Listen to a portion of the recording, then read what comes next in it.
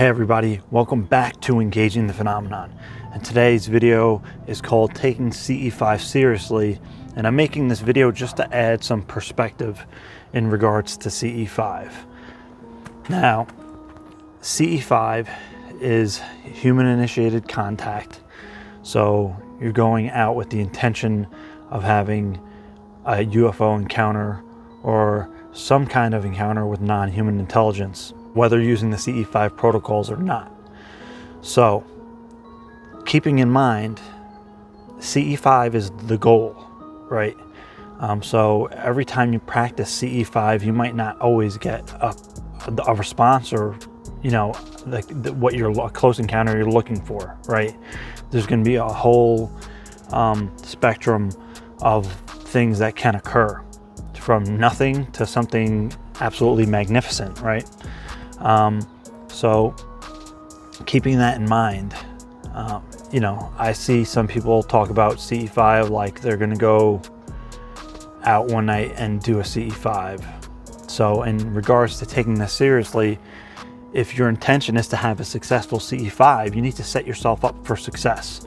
And the best way to do that is to preparation work. So if you're going to go out later tonight, if you can do a few CE-5 meditations or sequences or however you do it throughout the day.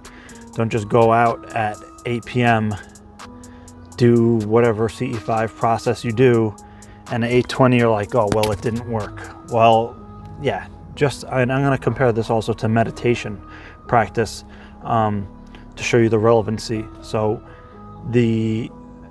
depending on the school of meditation that you're familiar with, the goal of meditation is samadhi, right? So not every time you practice meditation are you going to slip into some kind of samadhi experience, right? Depending on your experience level and the circumstances and the conditions for whatever the day and yourself is, you might have a good streak and, several days that week you are in a super conscious samadhi state during your meditation practice, and you might have a really crummy day where you do the meditation and it's just like not working with you. It's just not that it's a waste by any means. There's no such thing as a wasted effort, but it just doesn't go the way you planned. You don't reach that super conscious state. It's not an excellent meditation session, and you don't expect every meditation session to be. Just like if you're training or working out, you don't expect to hit a PR in the gym every time you work out. That's ridiculous. So in the same way, when you're doing CE-5, the close encounter of whatever kind with non-human intelligence or UFO intelligence is the goal. That doesn't mean that it's going to happen every single time. But again, there are things that you can do to increase your probability of having success. Partially why I'm saying this because I see people that they said they're going to go try CE-5, and I think what they need to keep in mind is, again, that's, to some extent that's like saying, oh, well, I'm going to go try samadhi tomorrow night. Well, good luck, in the sense that, that's a well-intentioned and it's not an impossible goal by any means. You can go out for your first time for a CE-5 and have an extraordinary contact experience. I've known that to happen. I've seen that happen with people, while I was there. Or you might have people that are going for weeks. They're trying a few times or once or twice a week, and it's not for a few months that they really have an impactful CE-5 or close encounter. So again, I'm just trying to put this in perspective to kind of put people's perspectives and expectations kind of in line, because if you're going to take CE-5 seriously, you have to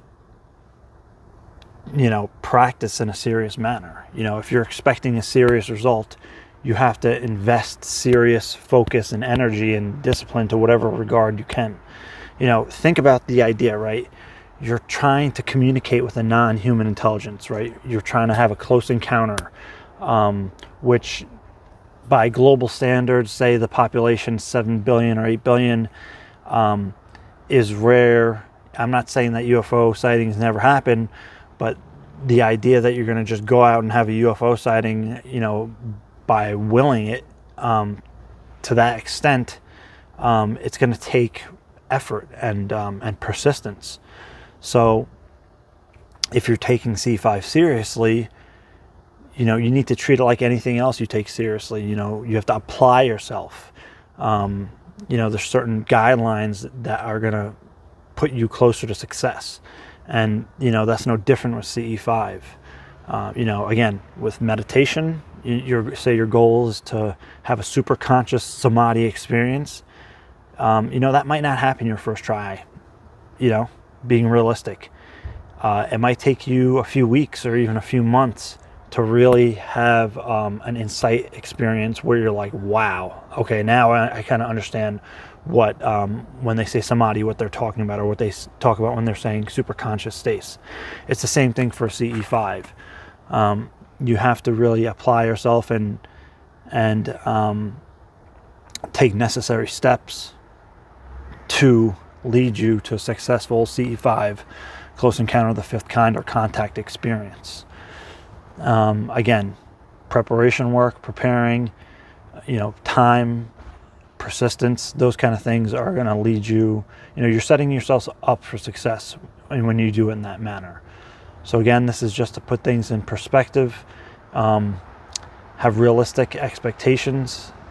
If you say you're going to go CE-5, don't just go outside for 20 minutes, do a half-assed meditation and think that you're going to have some incredible UFO sighting. That's not how it works.